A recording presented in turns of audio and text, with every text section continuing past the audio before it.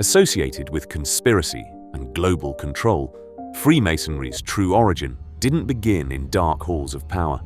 It began with dust, sweat, and stone. To understand Freemasonry, we must return to the Middle Ages.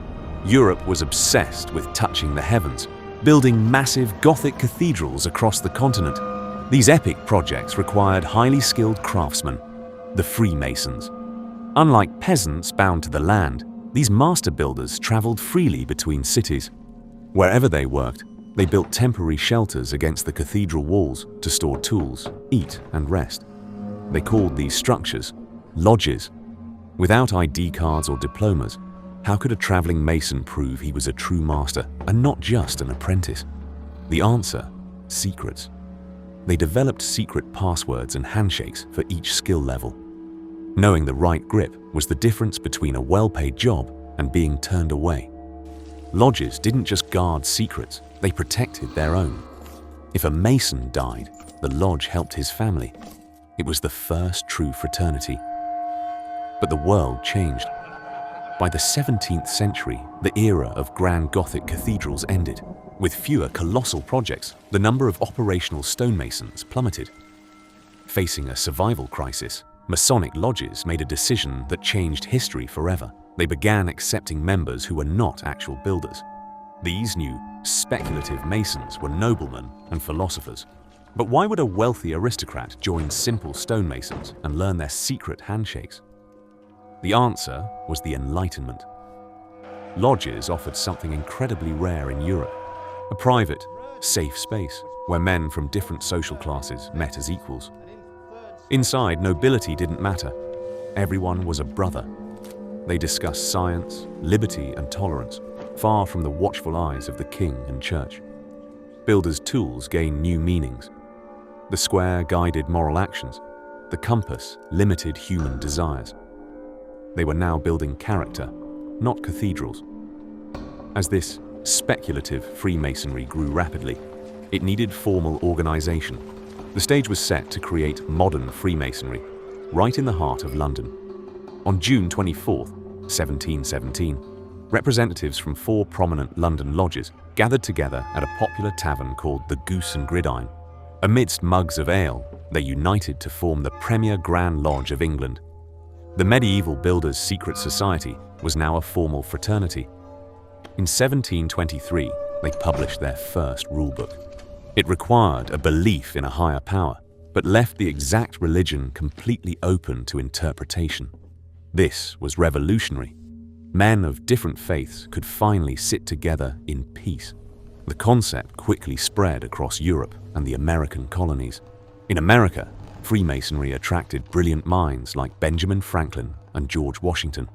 Their lodge discussions of fraternity and equality would echo into something much larger. Lodges provided a trusted network where revolutionary leaders could plan freely. In fact, 9 signers of the Declaration of Independence were Freemasons.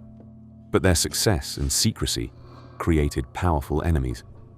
Groups meeting behind closed doors with mutual loyalty always aroused suspicion, especially from rulers and the church.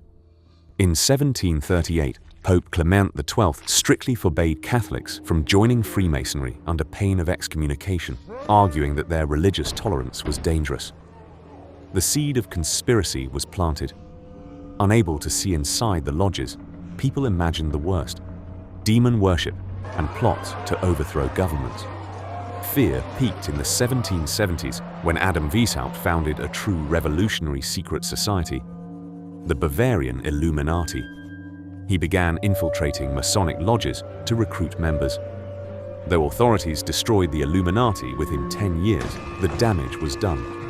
The public confused the two societies, and the global conspiracy legend was born. In the 19th century, anti-Masonic sentiment became a political force. America even created the Anti-Masonic Party, its first third party, dedicated to destroying the fraternity. But Freemasonry survived. Instead of retreating to the shadows, they changed their public image, focusing heavily on what became their true, modern legacy: charity. Freemasons built hospitals and orphanages. They founded the Shriners, a Masonic order whose hospitals still treat children for free all over the world today. Their members continued shaping history. Leaders like Winston Churchill and Franklin D. Roosevelt, and artists like Mozart and Duke Ellington, all wore the stonemason's apron. Today, it's a society with secrets, not a secret society. Their buildings are on Google Maps, and members wear the square and compass openly. The handshakes remain the same as in the Middle Ages, but their modern purpose, in their own words, is to take good men and make them better. The ultimate irony. Their biggest secret is that there is no secret ruling the world. The closed rituals merely teach ancient moral lessons. Freemasonry is the story of how simple medieval workers' survival techniques evolved into the planet's largest fraternity, outlasting kings, revolutions, and dictators. From dusty cathedral huts to modern history, Freemasonry quietly shaped our world. If you enjoyed this true story, subscribe. History without myths is always more fascinating.